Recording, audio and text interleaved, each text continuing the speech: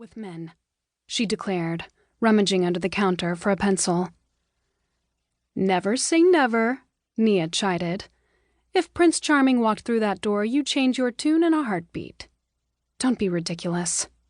Lena plucked a pencil from the basket of supplies and twisted her hair up into a bun. Once she'd secured it with the pencil, she turned back to her friend. "First of all, I'm a modern woman. I don't need to be rescued by a prince. Secondly, what I need walking through the door is a steady stream of customers so I can afford a lawyer." Lena frowned. "And let's be honest, even if I did meet a prince, we both know it would end in disaster." Like everything else in her life. Case in point, she was being sued by her ex-boyfriend. Besides, real-life princes aren't into Cinderella stories. Don't they date, I don't know, other royals or celebrities or whatever? Nia laughed, her midnight curls bouncing with each shake of her shoulders. "Whatever covers a lot of territory. Maybe even the occasional artist?" "Not in this lifetime," Lena grumbled, squaring her shoulders and glancing around the empty studio.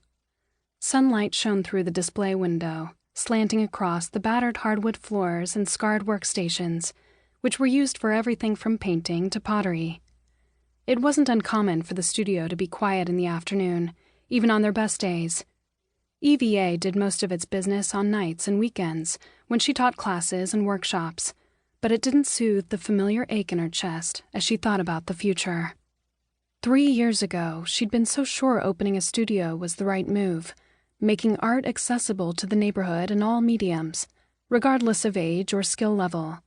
And she knew she should be proud her business had survived when so many others failed fast, but she couldn't afford to kick up her heels and celebrate.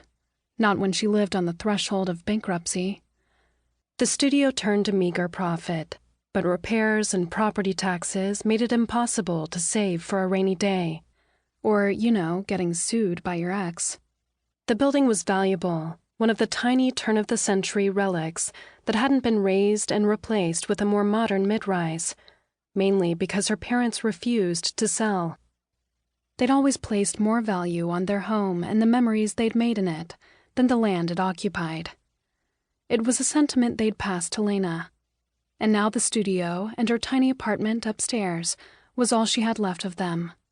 She could easily find a buyer and walk away, her pockets lined with more than enough cash to cover her legal fees, but she'd never sell.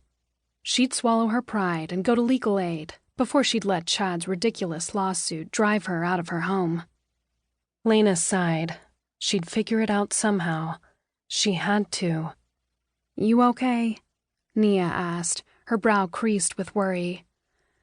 "Yeah." Lena wiped the back of her hand across her forehead. "If you need me, I'll be out back, painting." The messy, passionate exhibitionist kind.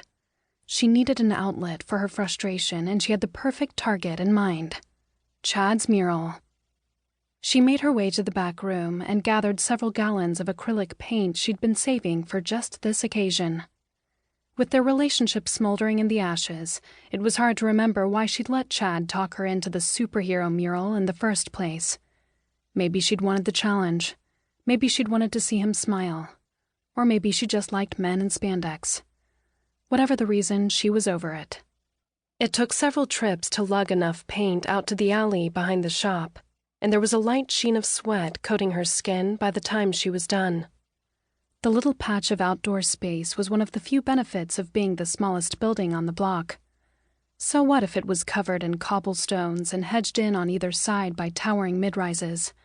It was still private outdoor space, perfect for painting, sunbathing, and the few potted plants she managed to keep alive. She placed a plastic tarp on the ground to catch any spills and popped the lids off the cans. Then she studied her canvas, visualizing the final product. Technically, the mural was on the neighboring building, but since the wall faced the interior of the fenced-in alley, the owner had given her free rein to paint the swath of bricks as she saw fit. Lena studied the vibrant palette she'd selected for this project. Sapphire, amber, sangria, emerald, and a deep purple so rich it appeared almost black inside the can. Perfect for some next-level splatter art. Sucking in a deep breath, Lena hoisted the